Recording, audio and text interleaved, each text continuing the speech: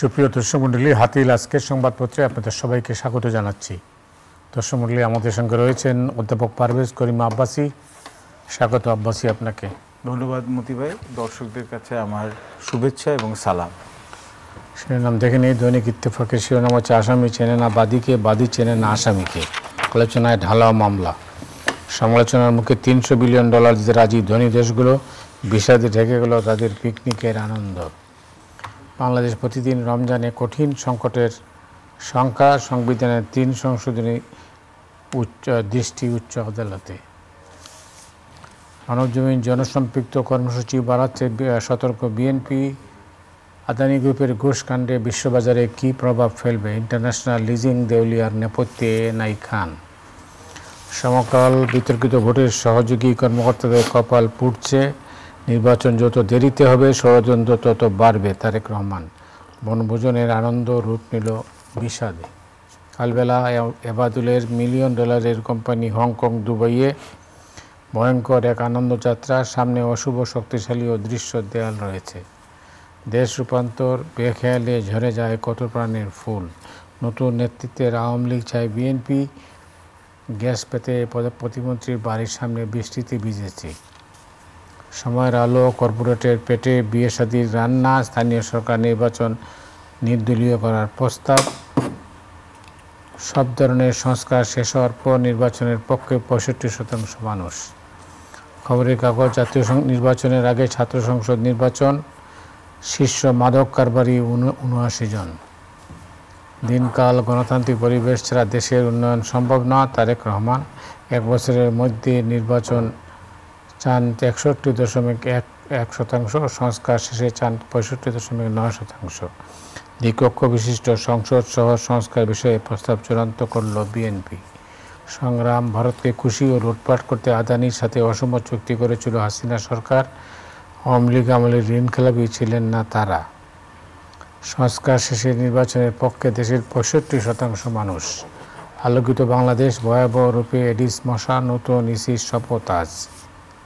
পরতুয়া 1 বছরের নির্বাচন চান 61.1% মানুষ। রাষ্ট্রবিরোধী নির্বাচন না ভোট ফেরানো সহ কয়েকটি সুপারিশ। নির্বাচনে যত দেরি হবে ষড়যন্ত্র তত বাড়বে। Tarique Rahman. The business standard credit line cuts by foreign banks rising. LC confirmation charges add to inflation woes। আজকে দিনের টেলিভিশন বলেন আর সংবাদ মাধ্যম সংবাদপত্র বলেন, সব জায়গায় একই শিরোনাম। ভয়েস অফ আমেরিকার একটি জরিপ বেরিয়েছে। সেই জরিপ থেকে বলা হচ্ছে 1 বছরের মধ্যে নির্বাচন হলে 61.1% মানুষ এই নির্বাচনটা চাচ্ছেন। আপনি কীভাবে দেখেন, এটার মূল্যায়ন কী? ধন্যবাদ মতি ভাই। আমার মনে হয় যে ভয়েস অফ আমেরিকা একটি পুরানো একটা সংস্থা এবং আপনিও if memory serves me right, আপনি বহু বছর ধরে ওদের সাথে ওতপ্রোতভাবে জড়িত ছিলেন। ভয়েস অফ আমেরিকার সার্ভে মেথোডোলজি খুব রিজিড, মানে যত জানি যে স্ট্যাটিস্টিক্যালি মানে এখানে হচ্ছে যে রিলায়েবল। মোটামুটি দেশের সংখ্যাগরিষ্ঠ জনগণ যেটা চায় সেটারই প্রতিফলন হয়েছে এটা সার্ভের মধ্যে, জরিপের মধ্যে। জরিপের মধ্যে খুব ছোট করে যদি বলা হয়, কারণ জরিপের মেথোডোলজি বা এখানে কোয়েশ্চেনিয়ারগুলো দেখলে আরো ভালো হতো, বাট মোটা দাগে যেগুলো বলেছে হচ্ছে যে 5 জনের মধ্যে 3 জন মানুষ, প্রায় 61% মানুষ 1000 লোকের মধ্যে শহরে এবং গ্রামে স্যাম্পল সাইজ করে ওরা জরিপ করেছে। ওরা বলেছে যে ওদের প্রেফারেন্স হচ্ছে যে 1 বছরের মধ্যে নির্বাচন হোক। তার মধ্যে আবার আপনি দেখুন হচ্ছে যে 1 বছরের নির্বাচন চাওয়ার মধ্যে আবার শহর ভিত্তিক যে জনগোষ্ঠী তাদের বেশি হচ্ছে যে ওরা চাইছে হচ্ছে যে 1 বছরের মধ্যে চায়, মানে গ্রাম দেশের তুলনায়। এবং আরও ইন্টারেস্টিং আমার কাছে মনে হয়েছে যে মহিলা যারা রেসপন্ডেন্ট বা ফিমেল রেসপন্ডেন্ট যারা আছেন তারা বেশি বলেছেন যে 1 বছরের মধ্যে ওরা নির্বাচিত সরকার দেখতে চান নির্বাচনের মাধ্যমে। এর মধ্যে আবার হচ্ছে ক্যাভিয়েট আছে। ক্যাভিয়েটটা কি? ক্যাভিয়েটটা বলছে হচ্ছে যে 65% বলছে যে অত্যাবশ্যক জরুরি যে সংস্কার যেগুলো আছে ওরা ওটা দেখতে চায়। কিন্তু এই অত্যাবশ্যক জরুরি সংস্কার এবং 1 বছরের মধ্যে নির্বাচন কিন্তু মিউচুয়ালি এক্সক্লুসিভ না, যে একটা হলে আরেকটা হতে পারবে না। ওরা বলে দিয়েছে যে 1 বছরের মধ্যে নির্বাচন হতে পারে, ওরা চায়। এবং এর মধ্যে এই 1 বছর নির্বাচন হওয়ার আগে যতটুকু দরকারি নির্বাচন কমিশনের মধ্যে যে জরুরি সংস্কার বা পুলিশ যে ফোর্সের মধ্যে জরুরি সংস্কার, বা আমাদের যে আইন আদালতের মধ্যে বা জুডিশিয়ারির মধ্যে যে সংস্কার, বা অর্থনৈতিক সংস্কার, বা হচ্ছে আমাদের দেশের সংবিধানের যে সংস্কার, এই 5টি হচ্ছে ওরা প্রেফারেন্স দিয়েছে। কিন্তু এর মধ্যে প্রথম 3টি, যেটা হচ্ছে যে কোনো জনগণের মানে যে কোনো আপনি আপনার যে কোনো দেশের যে কোনো এখানে হচ্ছে যে নাগরিক এটা চাইবে যে নির্বাচন কমিশন, আপনাদের পুলিশ ফোর্স এবং হচ্ছে আইন আদালত, এই 3টাকে হচ্ছে যে এটার মধ্যে হচ্ছে স্বচ্ছতা আনার জন্য যতটুকু সংস্কার করা উচিত সেটা করা উচিত। এখন আমরা কিন্তু এখন এটা হচ্ছে স্ট্যাটিস্টিক্স, কিন্তু হচ্ছে কি এটা দিয়ে এটার আপনি যেটা বিশ্লেষণ করবেন এটা ইন্টারপ্রিটেশনটা হচ্ছে এক একজনের ওপিনিয়ন অনুযায়ী আপনি করতে পারেন, এক একজনের প্রেফারেন্স বা বায়াস অনুযায়ী। অনেকে বলে এই দেখো 1 বছরের মধ্যে নির্বাচন, তার মানে আমরা ঠিক বলেছিলাম যত তাড়াতাড়ি নির্বাচন করে চলে যেতে পারে। আবার আরেক দল আছে যারা বলবে সংস্কারপন্থী, মানে এখন নির্বাচনপন্থী আর সংস্কারপন্থী, দেশের দুটো ভাগ হয়ে গেছে। এককালে ছিল মুক্তিযুদ্ধের পক্ষে, এক ছিল মুক্তিযুদ্ধের বিপক্ষে, অ্যাকর্ডিং টু হচ্ছে আওয়ামী লীগের সরকারে যারা ছিলেন। তো এখন হচ্ছে যে এখন তারা বলবে যে আগে সংস্কার দরকার। আমার মনে হয় ব্যক্তিগতভাবে ডক্টর ইউনূস একটা কথা বলেছেন ভালো, যে দুটোই হওয়া উচিত একই সাথে সাইমালটেনিয়াসলি। কিন্তু আমার এই যে জরিপ এটা আসছে, ভবিষ্যতে আরও যে জরিপ হবে, যত দিন যাবে দেখবেন যে মানুষের নির্বাচনের প্রতি আশা আকাঙ্ক্ষা আরও তীব্রভাবে হচ্ছে এটা প্রতিফলন ঘটবে। এবং তার সাথে সাথে আপনি যখন সংবাদপত্র পড়ছেন যে তারেক রহমান, যাকে এককালে তারেক জিয়াও বলা হতো, উনি যে বিএনপির ভাইস প্রেসিডেন্ট, উনি যেটা বলেছেন সেটাও কিন্তু সঠিক, যে যত নির্বাচন বিলম্বিত হবে তত কিন্তু আন্তর্জাতিক এবং হচ্ছে দেশীয় চক্রান্ত ও ষড়যন্ত্র কিন্তু বেশি হবে। কথাটা কিন্তু উড়িয়ে দেওয়া যায় না। বিশেষত যেহেতু এখন ডোনাল্ড ট্রাম্পের এখন হোয়াইট হাউসে আসছে নির্বাচনে, ডোনাল্ড ট্রাম্পের প্রেফারেন্স অনুযায়ী কিন্তু বাংলাদেশ হচ্ছে জিও স্ট্র্যাটেজিকভাবে বা ভৌগোলিকভাবে বা ভূ রাজনৈতিকভাবে কিন্তু প্রায়োরিটি লো। কিন্তু যেটা আশঙ্কা করা হচ্ছে যে তার অ্যাডমিনিস্ট্রেশনের মধ্যে বেশ কিছু লোক আছেন, যেমন তুলসী গেবার্ড, ন্যাশনাল সিকিউরিটি অ্যাডভাইজার জন্য যাকে নমিনি করা হয়েছে বা নমিনেট করেছেন, যদি সেনেট বা কংগ্রেস যদি ওনাকে অ্যাপ্রুভ করেন তাহলে উনি হচ্ছে কট্টর হিন্দুত্ববাদী। তো ওই রকম বেশ কয়েকজন লোক ওনার অ্যাডমিনিস্ট্রেশনে আছে যারা, বা ওনার আশেপাশে আছেন যারা হচ্ছে যে হতে পারে যাদের দিয়ে বাংলাদেশের উপর এক ধরনের একটা চাপ এটা এক্সার্ট করতে পারে। তো এইটাও যদি আমি কনটেক্সটে রাখি, এবং এটা কিন্তু পুরোপুরি আমি অমূলক বলতে পারছি না, সময় বলে দেবে এটা ঠিক না কিনা, কিন্তু নির্বাচন হলে যেটা হবে হচ্ছে একটা স্বচ্ছ এবং একটা হচ্ছে বিশ্বাসযোগ্য নির্বাচন এবং অফকোর্স ইনক্লুসিভ নির্বাচন। তাহলে হবে হচ্ছে যে যেই সরকারই হবে সে কিন্তু জনগণের ম্যান্ডেটে ইলেক্টেড হবে এবং তার কিন্তু কোমরটার শিরধারাটা আরো শক্ত হবে। তখন সে কিন্তু এখানে আছে সার্টেন জিনিসে অনেক কিছু বিষয়ে কিন্তু আন্তর্জাতিক দরবারে কিন্তু এখানে হচ্ছে জোর গলায় কথা বলতে পারবে।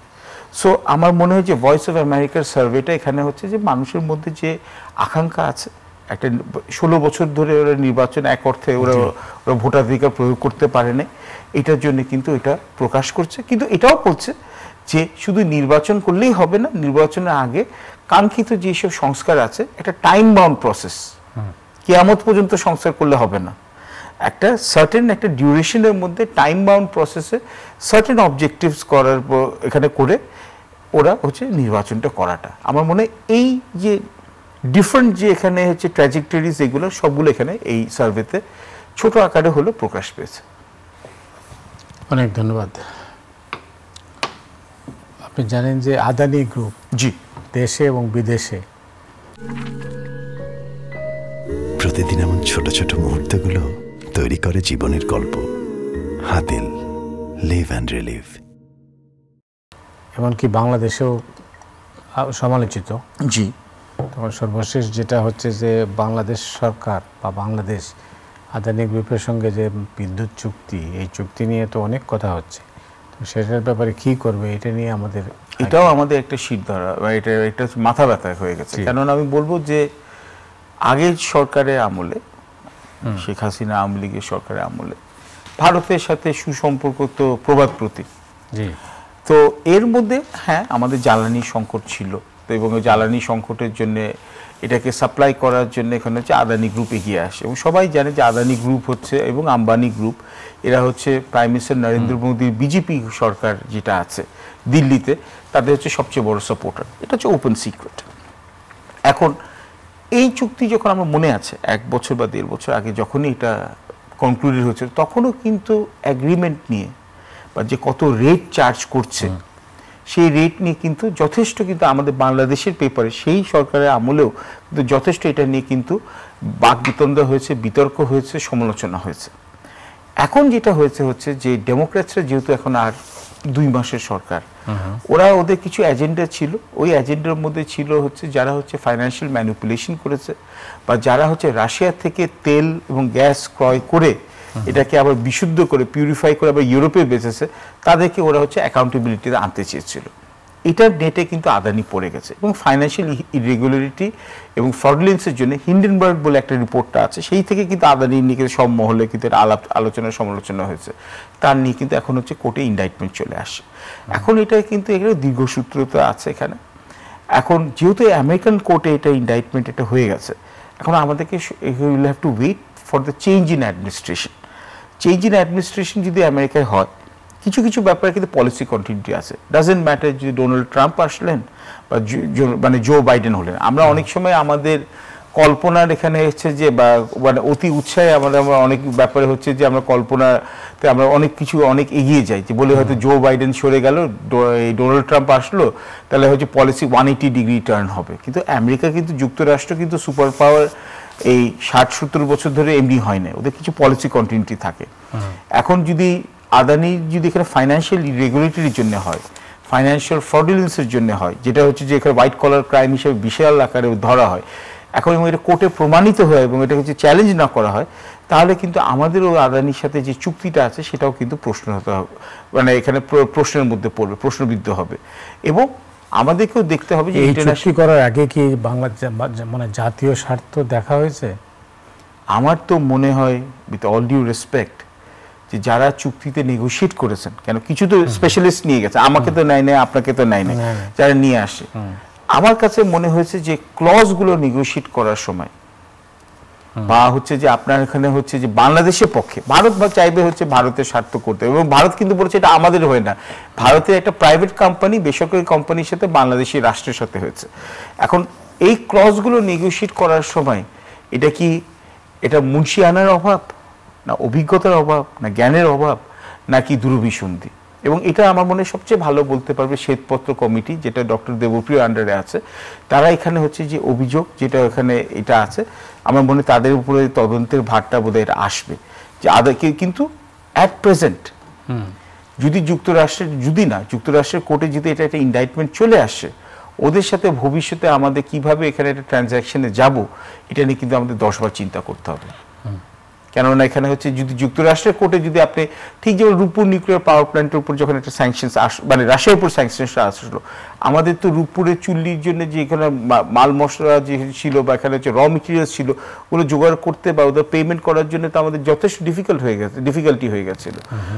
এখন একটাই প্রশ্ন হচ্ছে যে ট্রাম্পের অ্যাডমিনিস্ট্রেশন আসলে তখন কি ওরা এই পলিসিটা কন্টিনিউ করবে নাকি ওরা আবার ইউটার্ন নেবে? কি ধারণা? আমার মনে হয় হয়তোবা কিছুটা মানে মাঝখানের দিকে যাবে। আমার মনে হচ্ছে যে হয়তোবা কিছু অংশে হয়তোবা যে আদানি যেহেতু হচ্ছে রাশিয়ার সাথে একটা সম্পৃক্ততা ছিল, কিছু না কিছু ফিনান্সিয়াল ফাইন তাকে দিতে হবে, এবং তার ওয়েস্টার্ন মার্কেটে যে এরকম এক্সপোজার ছিল সেটা হয়তোবা আগের মতো ওইটা হবে না। বরঞ্চ আমার মনে হয় যে ভারতও যেহেতু যুক্তরাষ্ট্রের একটা বড় একটা কম্পোনেন্ট, তো আপনার মনে আছে বোধহয় 5-6 মাস আগে মুকেশ আম্বানির ছোট ছেলের কনিষ্ঠ সন্তানের বিয়ে হয়েছিল, তো ওখানে ঘটা করে বিয়ে করে ওখানে কিন্তু দেখেছেন ইভাঙ্কা ট্রাম্পকেও নিয়ে আসা হয়েছিল, তারপর বিল গেটসকে নিয়ে আসা হয়েছিল। সো আমার মনে হচ্ছে যে এখন আদানির বদলে বোধহয় আম্বানিকে ওরা হচ্ছে হয়তোবা ইউএস অ্যাডমিনিস্ট্রেশনে দেখবেন যে হয়তো আরো বেশি সাপোর্ট পাচ্ছে বা আরো এক্সপোজার পাচ্ছে। কিন্তু আমাদের জন্য যেটা সমস্যা হচ্ছে, এই যে আমাদের যে জ্বালানি যে এখানে আমরা যে চুক্তিটা করেছি, এখন এখানে আমাদের এখন in the light of this US indictment আমাদেরকে দেখতে হবে যে do we have a legal room, আমরা কি এই কন্ট্রাক্ট থেকে বের হতে পারবো নাকি না, এই কন্ট্রাক্টটাকে আবার রিনেগোশিয়েট করতে পারবো নাকি না। এটা বোধহয় আমাদের এই বিশেষজ্ঞরা করতে পারে। এটা নির্ভর করতেছে বাংলাদেশের এই নেতৃত্বের উপর, তারা এটা ডিল করেন নিঃসন্দেহে। কিন্তু এখন এটার ব্যাপারে তো কিছু হচ্ছে, জাতীয় স্বার্থে তো একটু ফার্ম হতে হবে।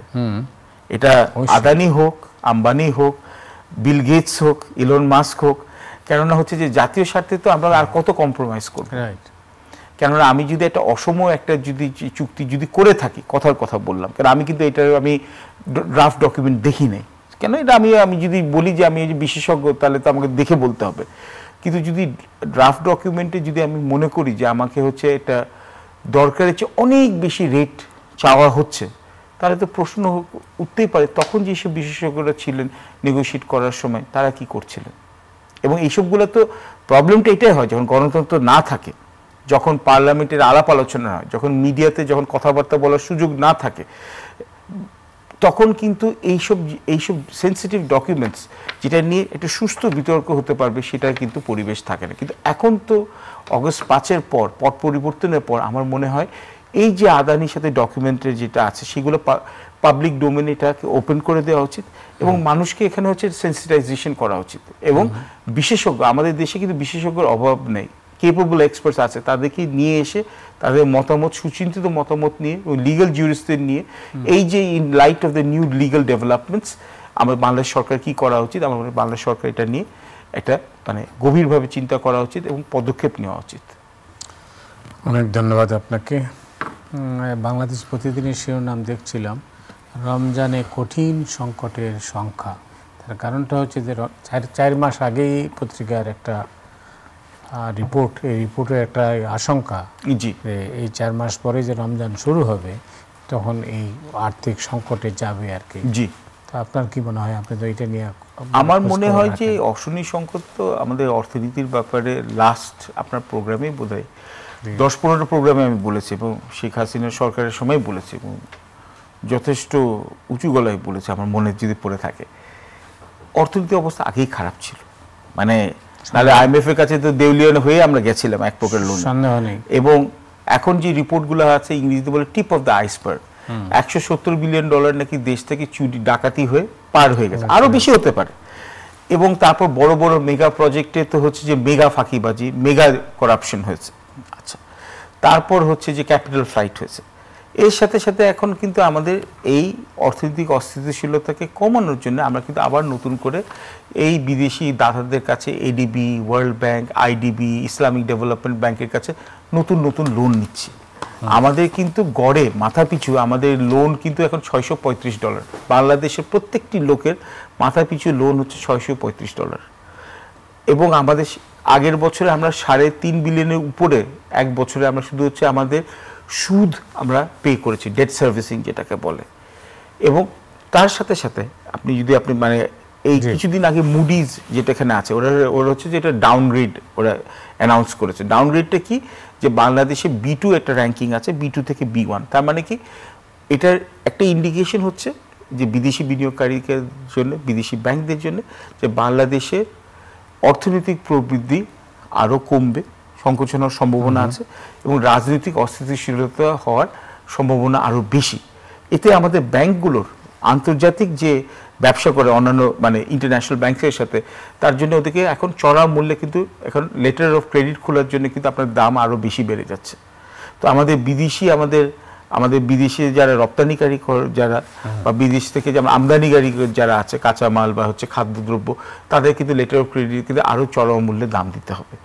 এছাড়াও যদি আপনি দেখেন আমাদের কিন্তু মূল্যস্ফীতি, খাদ্য মূল্যস্ফীতি 12.6%, এবং এটা কিন্তু কোনো মতেই কমানো যাচ্ছে না। এবং বাজারে যে এখানে আমরা বলছি সিন্ডিকেট বলছি, বা বাজারে হচ্ছে যে সরকারকে, অভ্যন্তরীণ সরকারকে হচ্ছে যে অস্থিতিশীল করার জন্য চক্রান্ত হচ্ছে, কিন্তু আমরা বাজারে কিন্তু সেই রকম কিন্তু এখন আমরা কিন্তু এই খাদ্য মূল্যর যে এই দামটা কমার ওই প্রভাবটা কিন্তু আমরা এখন টের পাচ্ছি না। এবং রোজার মাসে কিন্তু আমরা জানি যে যদিও বা এখানে এই দেশে 90% হচ্ছে মুসলিম ধর্মাবলম্বী, কিন্তু রোজার মাসে 1-2 মাস আগে বিগত 20 বছর ধরে আমার যতদূর মনে আছে দাম কিন্তু 1-1.5 মাস আগে থেকে বাড়তে থাকে। এবং এই যারা নৈপথ্যে থাকে, যারা হচ্ছে কলকাঠি না, তারা যেই সরকারই হোক তারা কিন্তু আইনের আওতার বাইরে থাকে। সুতরাং এইগুলো হচ্ছে চ্যালেঞ্জ। তো এই অর্থনৈতিক অস্থিতিশীলতার মধ্যে এবং হচ্ছে যে আমাদের যে আমাদের আমাদের লোকাল বিজনেসম্যান যারা আছে, আমাদের দেশের ব্যবসায়ীরা যারা আছে, সবাই তো অসৎ না। তো অনেকে আছে যারা এখন বিনিয়োগ করতে চাচ্ছেন না, দীর্ঘমেয়াদী বিনিয়োগ করতে চাচ্ছে না, বিদেশি বিনিয়োগ এখন আসতে চাচ্ছে না। সবাই একটা কথাই বলছে যে পলিটিক্যাল রোড ম্যাপ দাও, রাজনৈতিক স্থিতিশীলতা দাও, পলিসি কন্টিনিউটি দাও। আমাকে বুঝতে হবে যে নেক্সট 4 বছর কে দেশের চার্জে আছে। বিদেশি বিনিয়োগকারীকে তো আমি তো যতই আবেগ দিয়ে বুঝাই, সে তো তার কোটি কোটি ডলার তো সেখানে ঝুঁকিতে ফেলবে না। তার তো একটা আপনি মনে করেন রাজনীতির স্থিতিশীলতা না হয়, আইন শৃঙ্খলার অবস্থা যদি মোটামুটি স্যাটিসফ্যাক্টরি না হয়, তাকে যদি আবার সেই কাস্টমস ক্লিয়ারেন্স এখান থেকে ঘুষ দিয়ে যেতে হয়, তাহলে তো হচ্ছে সে তো আসবে না। আমাদের বিদেশি বিনিয়োগকারী মাত্র 2% জিডিপি। আমাদের দেশি যে বিনিয়োগ আছে এটা হচ্ছে যে এখানে 20 থেকে 25% জিডিপি বাড়ছেই না। তার জন্য কি হচ্ছে, আমাদের অর্থনৈতিক মন্দা এখানে কন্টিনিউ করছে, আমাদের কর্মসংস্থান হচ্ছে না, এবং আস্তে আস্তে কিন্তু ক্যাপিটাল ফ্লাইট হবে। তো অভ্যন্তরীণ সরকারের সবচেয়ে অত্যন্ত দরকারি জিনিস হচ্ছে যতটুকু পারুক, যেটা হচ্ছে রিয়েলিস্টিক, বাস্তবসম্মত যতটুকু রিফর্ম করুক, এবং সময় সাপেক্ষ 1 থেকে 1.5 বছরের মধ্যে করে একটা সুন্দর নির্বাচন করে সবার প্রশংসার ভাগিদার হয়ে ওরা সুন্দর মতো হচ্ছে ক্ষমতাটা হস্তান্তর করুক। কেন নাহলে হবে কি, এখন কিন্তু ওয়াশিংটনেও পথ পরিবর্তন হয়েছে, ভারতের সাথেও আমাদের সম্পর্ক আমরা চেষ্টা করছি ভালো করার জন্য, কিন্তু ওখানেও কিছু ইন্টারেস্ট আছে। এবং আমাদের এখনো আমি দেখেছি হচ্ছে যে সবাই কিন্তু সব দেশের অনেক জায়গায় কিন্তু অস্থিতিশীলতা হচ্ছে।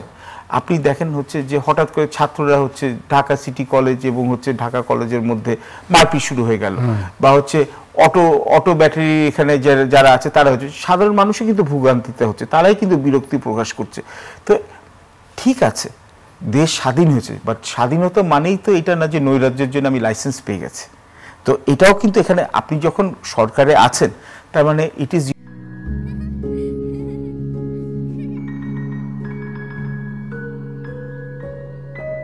প্রতিদিন এমন ছোট ছোট মুহূর্তগুলো তৈরি করে জীবনের গল্প।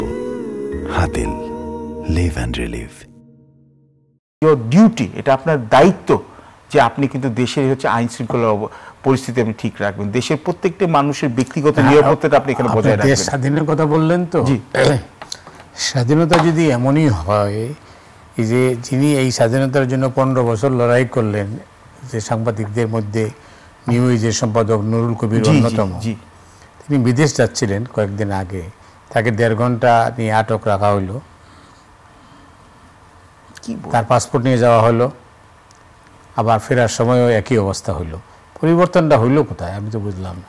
এখন নুরুল কবির ভাইকে আপনিও খুব ভালো করে চিনেন, আমিও চিনি, আমার মনে হয় বাংলাদেশে অনেকেই চিনেন, এবং উনি কিন্তু আগের সরকারের একজন দায়িত্বহীন একজন ক্রিটিক ছিলেন এবং নির্ভয় করতেন। এইটাই হলো নমুনা দেশ স্বাধীন। তাহলে তো এটা তো হচ্ছে অত্যন্ত পরিতাপের বিষয়। আমি সত্যি জানতাম না বিষয়টা, এখন আমি আপনার কাছে জানলাম, আমি তার স্ট্যাটাস থেকে বলছি। তাহলে আমার সত্যি আমি বলবো যে অত্যন্ত পরিতাপের বিষয়। এবং তাহলে তো সেই আগের, আমি যদি বলি যেটা আইসোলেটেড ইনসিডেন্ট হয়ে বলবো, কিন্তু এটা হচ্ছে নিন্দনীয়, এবং আমি ব্যক্তিগতভাবে এটা প্রতিবাদ জানাই।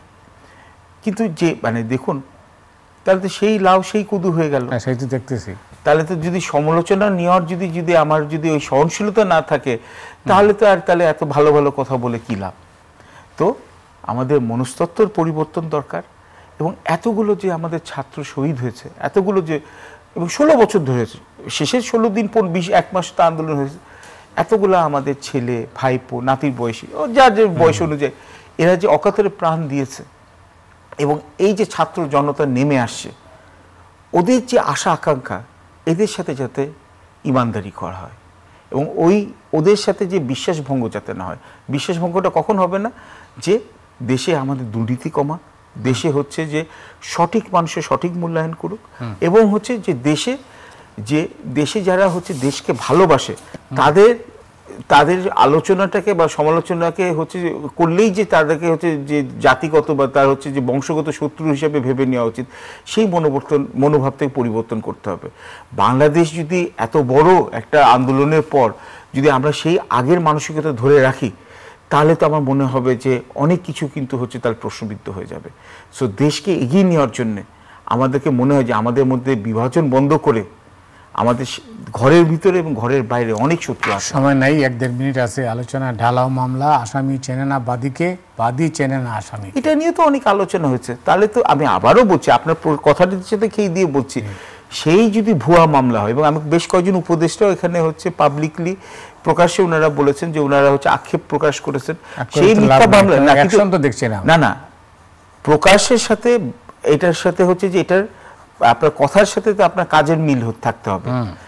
আইদার হচ্ছে যারা উপদেষ্টা যারা আছেন তাদের ইচ্ছা আছে, সদিচ্ছা আছে, কিন্তু ওদের প্রতিফলন হচ্ছে না, কেননা they are incapable of imposing their will, কেউ ওনাদের মানছে না, যে আপনার বিউরোক্রেটিক একটা ব্রেকডাউন হয়ে যাচ্ছে, নাহলে হচ্ছে যে দিজ আর অনলি মানে ওয়ার্ডস ফর মানে দ্য মিডিয়া।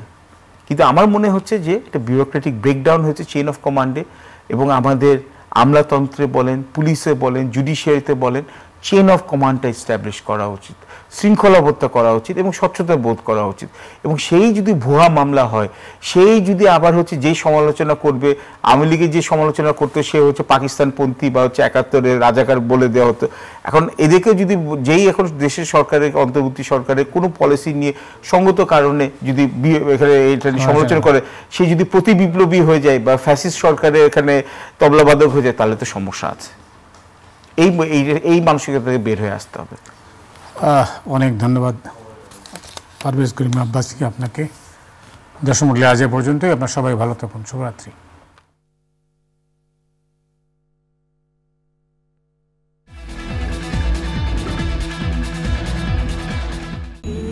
বস